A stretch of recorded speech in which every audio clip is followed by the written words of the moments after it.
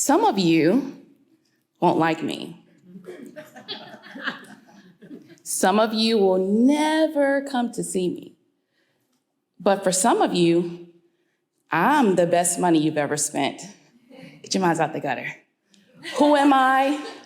I'm a therapist, a mental health therapist. But I'm not coming to speak to you as a therapist.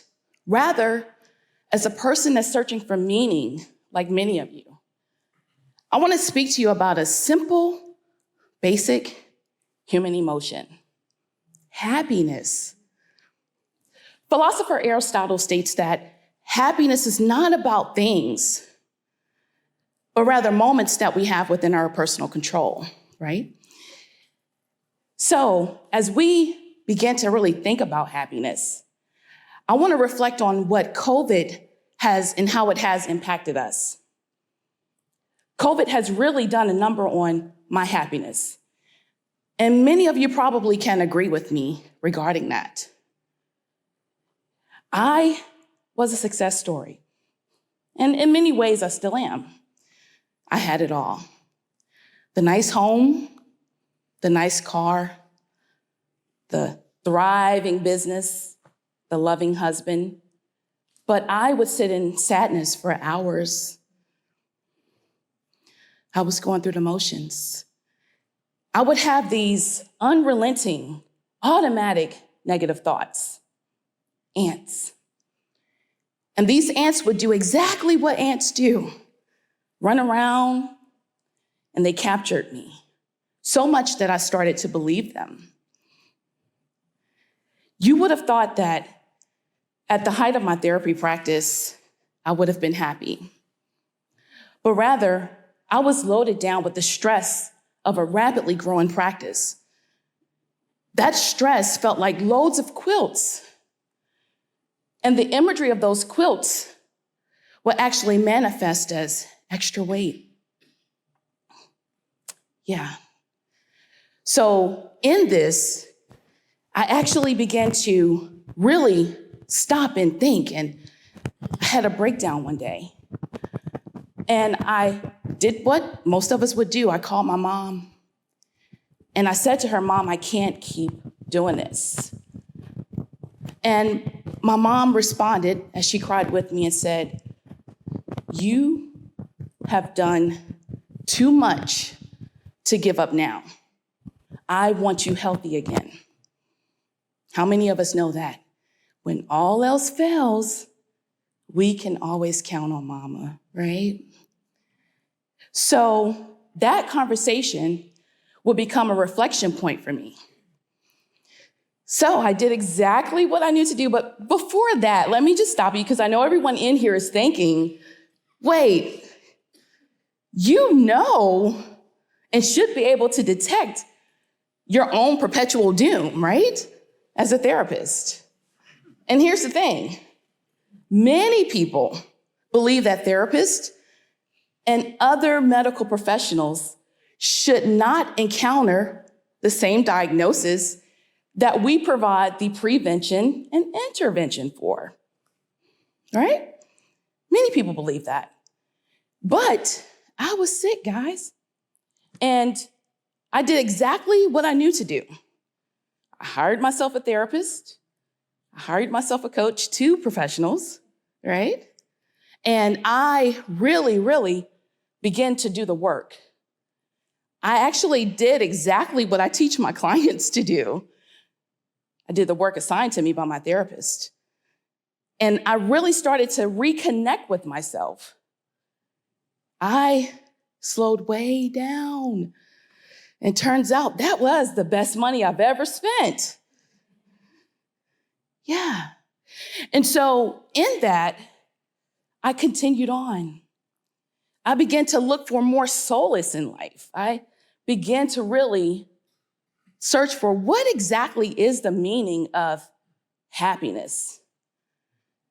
And it's probably not going to come to any surprise to any of you, but I found that happiness is not about things, right? But rather moments that we all have within our personal control. But let that sink in. We know that happiness is not about things, but that doesn't stop our pursuit of those things. It will come as no surprise that during the pandemic, we all collectively as a nation encountered trauma.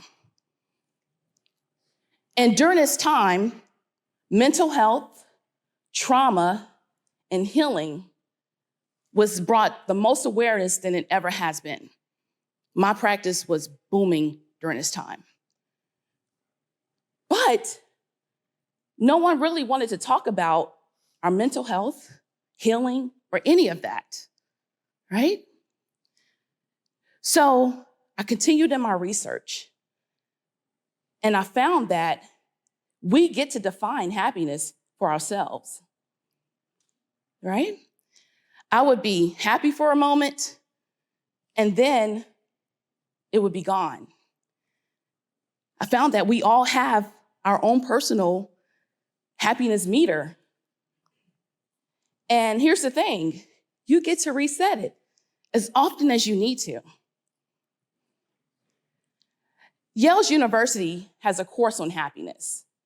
And this course during the pandemic was its most popular course in its 300 years of existence, being taught over 3 million times.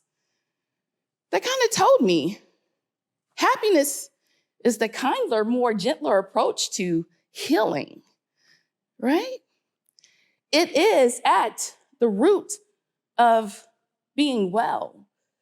It is the root of a well-being. Well-being.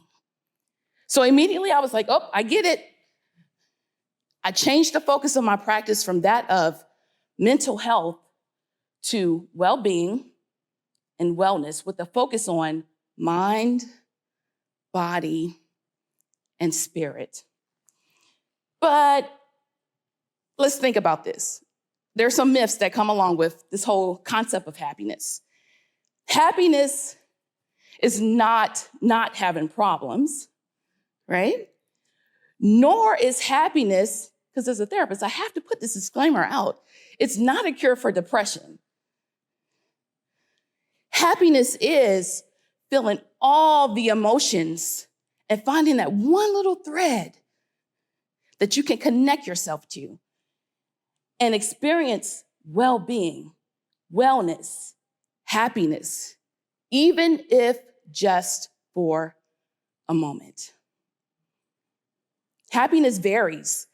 It's not a constant state, but you get to define the happiness for yourself. Okay, becoming a new mom. I was pretty happy about that. I was ecstatic. Knowing that my mom, in fact, my entire family survived COVID. Yeah, that's happiness, right? Going out during a pandemic with a mask on to the grocery store and making eye contact with a familiar face.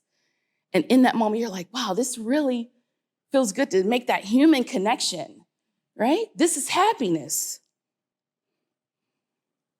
So again, we get to make the choice and define what happiness looks like for us.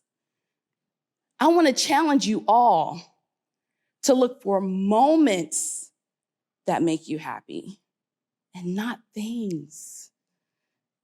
Happiness is the purposeful pursuit of positive things. Happiness is a way of living. I want to challenge you to really think about those moments. Think about them. Create the opportunities for yourself. And really define it and what it looks like for you, because you have the power to do that. Well, guys, I hope that you're happy you came here today, because I am certainly happy to see you. Resign yourself to choosing happiness. Thank you.